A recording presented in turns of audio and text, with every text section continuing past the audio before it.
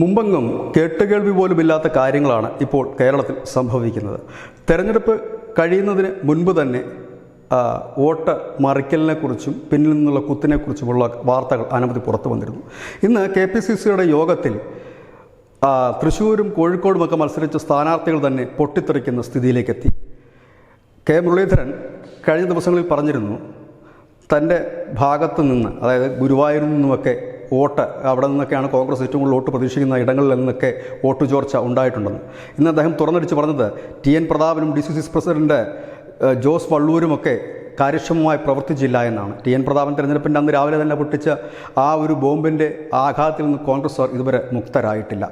അതിന് തൊട്ടു പിന്നാലെ കോഴിക്കോട് നിന്നുള്ള അവിടുത്തെ സ്ഥാനാർത്ഥി MP-യും ആയ MK രാഘവൻ രംഗത്തെത്തിയിരിക്കുന്നു. അദ്ദേഹം പറയുന്നത് ഒരു പ്രമുഖ നേതാവ് തൻ്റെ അണികളും ഈ തെരഞ്ഞെടുപ്പുമായി സഹകരിച്ചില്ല എന്നാണ്. പത്തനംതിട്ടയും തിരുവനന്തപുരത്തുമൊക്കെ ഇതുതന്നെയാണ് സ്ഥിതിവിശേഷം. അതായത് കോൺഗ്രസ് ഭയക്കുന്നു നന്നായി അവരുടെ വോട്ടുകൾ ചെയ്യപ്പെട്ടിട്ടില്ല, ഇല്ലെങ്കിൽ ആ വോട്ടുകൾ എങ്ങോട്ടൊക്കെ പോയിരിക്കുന്നു എന്നുള്ളത്.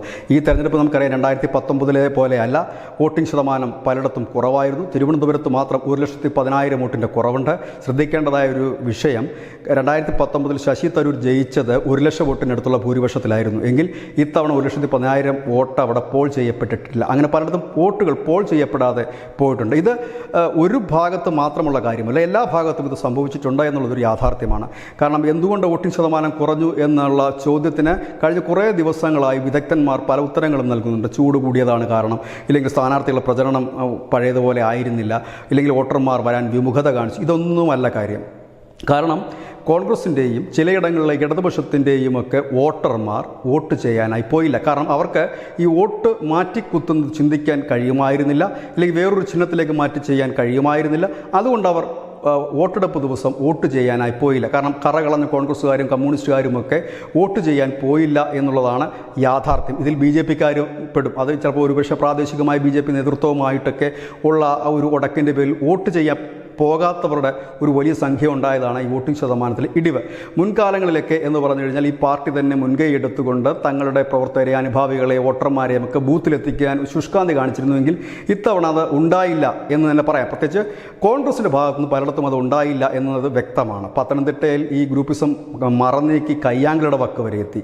അങ്ങനെ പലയിടത്തും പ്രശ്നങ്ങൾ തന്നെയായിരുന്നു. അതൊക്കെ ഇപ്പോൾ തുറന്നു പറയാൻ കോൺഗ്രസിന് യാതൊരു മടിയുമില്ല. കാരണം തിരഞ്ഞെടുപ്പിന് ശേഷം മറ്റുള്ളവരുടെ വായിൽ നിന്ന് കേൾക്കുന്നതിനേക്കാൾ നല്ലത് സ്വയം ഒരു വിമർശനം നടത്തുകയാണ് അഭികാമ്യമായ കാര്യം. അതുതന്നെയാണ് ഇന്ന് കെ മുരളീധരനും രാഘവനുമൊക്കെ നടത്തിയിരിക്കുന്നത്. കാരണം കോൺഗ്രസിൻ്റെ ഒരു വലിയ വിഭാഗം വോട്ട് നിർജീവമായിരിക്കുന്നു, ഇല്ലെങ്കിൽ ആ വോട്ടുകൾ ചെയ്യപ്പെട്ടിട്ടില്ല എന്ന് ആ സ്ഥാനാർത്ഥികൾക്ക് തന്നെ ഉത്തമ ബോധ്യം വരുന്ന തരത്തിലേക്ക് കേരളത്തിലേക്ക് കാര്യങ്ങൾ മാറി മറിയുന്നു.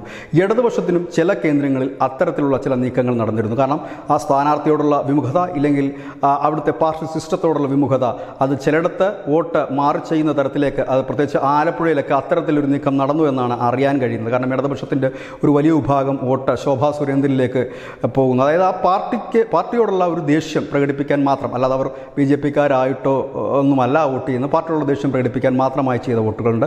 വോട്ട് ചെയ്യാൻ പോകാത്ത ഇടങ്ങൾ അനവധിയുണ്ട്. ഇത് എല്ലായിടത്തുമുണ്ട്. തിരുവനന്തപുരത്ത് മാത്രം 11,000 BJP-യുടെ വോട്ടുകളാണ് പോൾ ചെയ്യപ്പെടാതെ പോയത്. ഇങ്ങനെ സ്വാഭാവികമാണ് ഒരു തെരഞ്ഞെടുപ്പ് നടക്കുമ്പോൾ ഓരോ പാർട്ടിക്കും പോൾ ചെയ്യപ്പെടാത്ത വോട്ടുകളുടെ എണ്ണം കുറവാണ് എങ്കിൽ ഇത്തവണ അത് അല്പം കൂടുതലായിരുന്നു. അത് ഏറ്റവും കൂടുതൽ ഉണ്ടായിരിക്കുന്നത് കോൺഗ്രസിൽ നിന്നാണെന്നാണ് ഓരോ ദിവസം കഴിയുന്നതോറും വ്യക്തമായി വരുന്നത്. ഇതിൽ കോഴിക്കോട്ടെ കാര്യം ഇപ്പോൾ പുറത്ത് വന്നു കഴിഞ്ഞിരിക്കുന്നു. അതായത് നിസ്സഹരിക്കുകയായിരുന്നു അവിടുത്തെ യൂത്ത് കോൺഗ്രസിൻ്റെ നേതാക്കളും, ഒപ്പം തന്നെ അവിടുത്തെ ഒരു പ്രമുഖ നേതാവും അണികളും സഹകരിച്ചില്ല എന്ന് പറയുന്നു. അവിടെയും വോട്ട് നടന്നിട്ടില്ല. തൃശ്ശൂർ ശക്തി കേന്ദ്രങ്ങളിൽ പ്രവർത്തനം നിർജീവമായിരുന്നു എന്ന് പറയുന്നു. പത്തനംതിട്ടയിൽ സമാനമായൊരു സ്ഥിതി. അതായത് തെരഞ്ഞെടുപ്പിൻ്റെ ഫലം വരുന്നതിന് മുൻപ് തന്നെ കോൺഗ്രസ് തങ്ങൾക്ക് ഏതാനും ചില സീറ്റുകളൊക്കെ കേരളത്തിൽ നഷ്ടപ്പെടുമെന്ന് വ്യക്തമായി തന്നെ പറഞ്ഞു കഴിഞ്ഞിരിക്കുന്നു. ഇതിൽ നിന്ന് നേട്ടം കൊയ്യുന്നത് ആരാണ് എന്നുള്ള ചോദ്യമാണ് ഉയരുന്നത്. കാരണം തിരുവനന്തപുരവും തൃശ്ശൂരുമൊക്കെ BJP ഒന്നാമതെത്താൻ വേണ്ടി ഏറ്റവും കൂടുതൽ പണിപ്പെട്ടിട്ടുള്ള ഇടമാണ്. അവിടെയൊക്കെ ഒരുപക്ഷെ BJP-ക്ക് ഒരു മുൻതൂക്കം കിട്ടുന്ന തരത്തിലേക്കാണ് ഇവരുടെ പ്രസ്താവനകൾ വന്നു പോകുന്നത് എന്നുള്ളതാണ് ഒരു യാഥാർത്ഥ്യം. ഏതായാലും വരും ദിവസങ്ങൾ കുറച്ചുകൂടി കൂടുതൽ സ്ഥാനാർത്ഥികൾ രംഗത്തെത്തിയേക്കാം, തങ്ങളെ പിന്നിൽ നിന്ന് കുത്തി എന്ന് മറ്റും പറഞ്ഞുകൊണ്ട്. ഇവിടെ തൃശ്ശൂർ കെ മുരളീധരൻ്റെ ഇന്നത്തെ ആ പൊട്ടിത്തെറിക്ക് ശേഷം ഓർമ്മ വരുന്ന ഒരു കാര്യം, അദ്ദേഹത്തിൻ്റെ സഹോദരി പത്മജ വേണുഗോപാൽ BJP-യിലെത്തിയപ്പോൾ പറഞ്ഞത്, ഇപ്പോൾ ചേട്ടൻ്റെ ഇടവും വലവും നിൽക്കുന്നവർ ചേട്ടനെ ചതിക്കും, ചേട്ടനത് സൂക്ഷിച്ചാൽ കൊള്ളാം, കാരണം പണ്ടിവർ എൻ്റെ കൂടെ നടന്ന് ചതിച്ചവരാണ് എന്ന്. ഒരുപക്ഷെ കെ മുരളീധരൻ ആ വാക്കുകൾ വീണ്ടും ഓർക്കുന്നുണ്ടാകുമോ എന്ന് അറിയില്ല. ഇപ്പോൾ ഒരു ചെറിയ സംശയം, വയനാട്ടിൽ നിന്നും രാഹുൽ ഗാന്ധി റായ്ബറേലിയിലേക്ക് പോയതും ഇതുപോലെ ഏതെങ്കിലും തൊഴുത്തിക്കുത്തോ ഇല്ലെങ്കിൽ പിന്നിൽ നിന്നുള്ള കുത്തോ പേടിച്ചിട്ടാണോ എന്നൊരു സംശയം.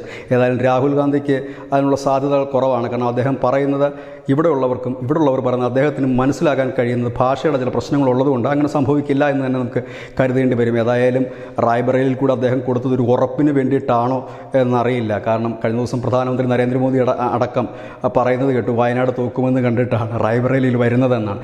പക്ഷേ ഏതായാലും രാഹുൽ ഗാന്ധിയുടെ കാര്യം നമ്മളൊരു തമാശയ്ക്കാണ് പറഞ്ഞതെങ്കിൽ പോലും കേരളത്തിൽ വ്യാപകമായ രീതിയിൽ തന്നെ കോൺഗ്രസ് സ്ഥാനാർത്ഥികൾ ഭയപ്പാടിലാണ്.